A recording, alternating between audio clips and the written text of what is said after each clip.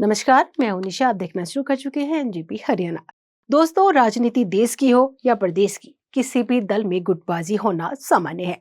लेकिन कई बार यही गुटबाजी उस समय भारी पड़ती है जब कानून व नियमों को भी ताक पर रख दिया जाता है।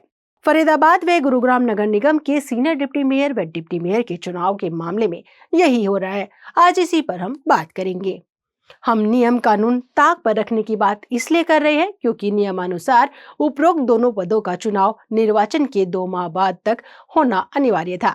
मीडिया रिपोर्ट्स में कानून के मर्मज्ञ एडवोकेट हेमंत के अनुसार हरियाणा नगर निगम अधिनियम 1994 में निगम के आम चुनाव होने के पश्चात सीनियर डिप्टी मेयर और डिप्टी मेयर का चुनाव करवाने की कोई समय सीमा का उल्लेख नहीं है। लेकिन इस कानून की धारा 36 में यह उल्लेख है कि मृत्यु, त्यागपत्र या अविश्वास प्रस्ताव पारित होने पर सीनियर डिप्टी मेयर या डिप्टी मेयर का पद रिक्त हो जाता है, तो उस रिक्त पद को भरने के लिए ताजा चुनाव उसके 1 माह के भीतर कराया जाए।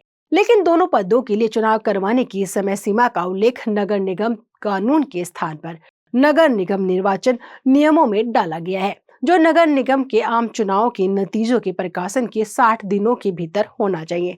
अब आप समझ गए होंगे कि फरीदाबाद व गुरुग्राम नगर निगमों में सरकार ऐसा नहीं कर पा रही है। क्या इसके पीछे भाजपा की गुटबाजी जिम्मेदार है या सरकार की अपनी रणनीति चुनाव को लटकाने की है?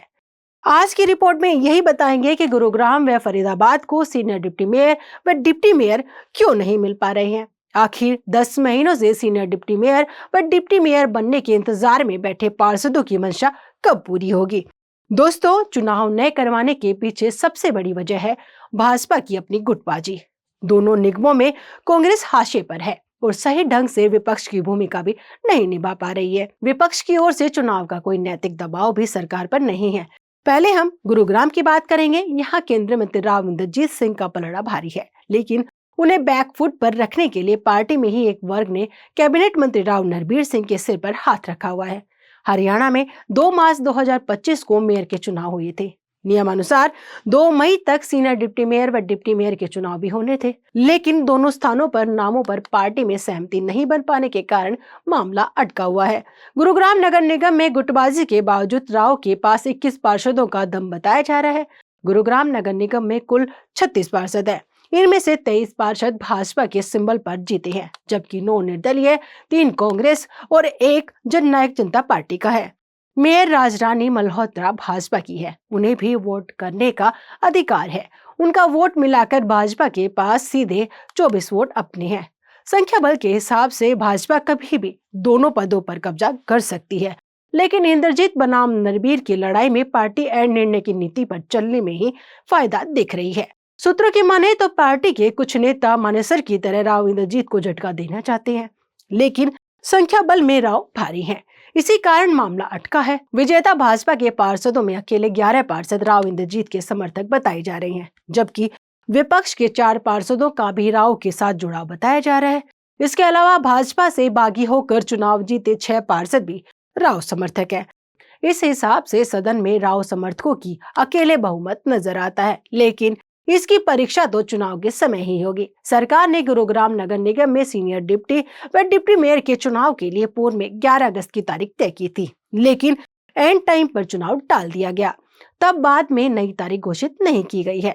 दूसरी ओर फरीदाबाद की बात करें तो यहाँ पर भी हालात गुटबाजी के ही हैं। यहाँ पर खेल मंत्री कृष्णपाल गुर्जर बनाम विपुल गोयल और राजेश नागर का है। फरीदाबाद में कैबिनेट मंत्री विपुल गोयल व उनके साथी नहीं चाहते थे कि केंद्रीय मंत्री कृष्णपाल गुर्जर की पसंद का चेहरा सीनियर डिप्टी मेयर बने। गुर्जर जिसे चाहते हैं उनकी जगह विपुल दूसरे नाम पर सहमति देने के लिए तैयार है, लेकिन गुर्जर टस से मस नहीं हो रहे।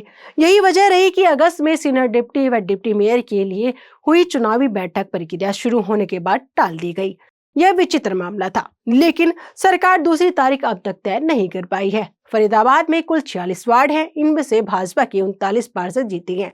6 वार्डों में कांग्रेस व 1 में निर्दलीय ने जीत दर्ज की थी, लेकिन भारी बहुमत पर भारी गुटबाजी भारी पड़ रही है। दोस्तों, यह सर्वविदित है कि राव इंद्रजीत सिंह व राव नरबीर सिंह के परिवार में पीढ़ियों से राजनीतिक टकराव आ रहा है। राव इंद्रजीत को दबाने के लिए पहले कुछ कांग्रेसी नेता और अब कुछ भाजपा नेता नरबीर सिंह जैसे नेताओं के कंधों पर बंदूक रखते रहे हैं।